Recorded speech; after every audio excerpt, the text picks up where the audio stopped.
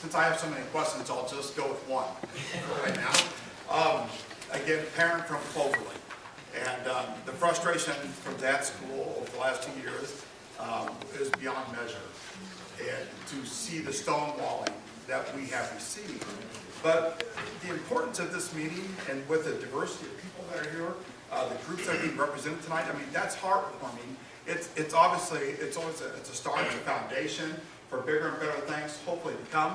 But what I don't understand, we have a couple teachers here, which is also, it's a good sign. But board members, you sent out invitations for school board members, law enforcement, the media themselves. I'm a little confused of why, I actually expected there to be 1 or 2 media members here tonight. I expected maybe there might be some representatives from some type of law enforcement. Is that expected that they would not be here?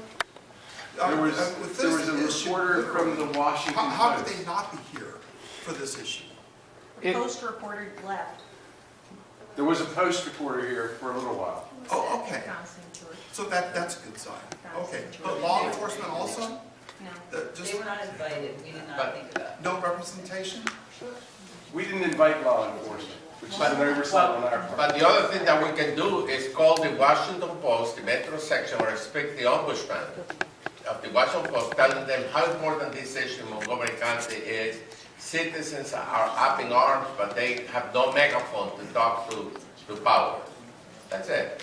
Well, I was actually going to speak to that point too, because let's face it here, that while we're still talking about a criminal act, this is not whistleblowing when someone is cheating on their expense accounts or skimming off of a procurement contract to get a kickback or whatever else.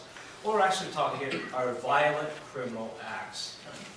And so, I mean, this should involve the state's attorney's office.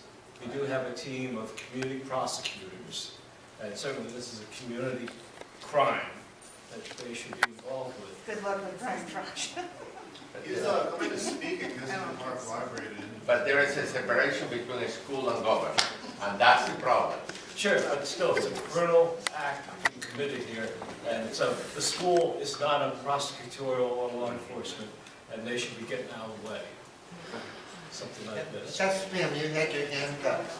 Nancy Wallace, Green Party co-chair. We'll be there for you every step of the way, the Green Party, no question. And by the way, the Green Party is the only political party in the United States that doesn't take a penny ever from any corporation. And that means that we're entirely outside the whole developer business, gotta sweet talk it, gotta spin it routine. But my question is there any possibility of a class action suit by parents? Any possibility of a class action suit by parents against the school system or the government for not enforcing the law? Thank you very much. I think the gentleman in the back had another point. I'm sorry. Possibility of a class action suit, did you hear about that? Oh. I don't have any expertise in class action suits, ma'am, but they generally are an option. You just have to have three plaintiffs, who are three plaintiffs, I believe, is the minimum. Anyone who's interested in pursuing that, some of my colleagues in the legal profession are specialists in it, and I'm glad to do matchmaking.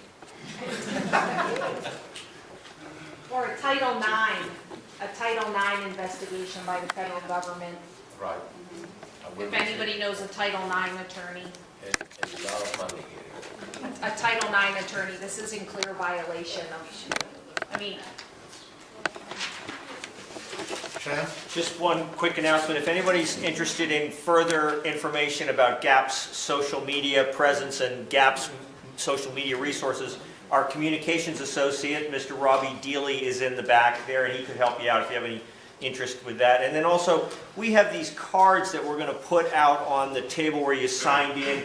They're really applicable for federal employees and their whistleblower rights, but they do have one of the sheets of the card is about survival tips. if you're gonna blow the whistle, some of the just basic things that Tom talked about, what do you want to know to prepare yourself for this ordeal, and do you want to really pursue it? So feel free to pick up one of these cards on the way out. Feel free to pick up 5.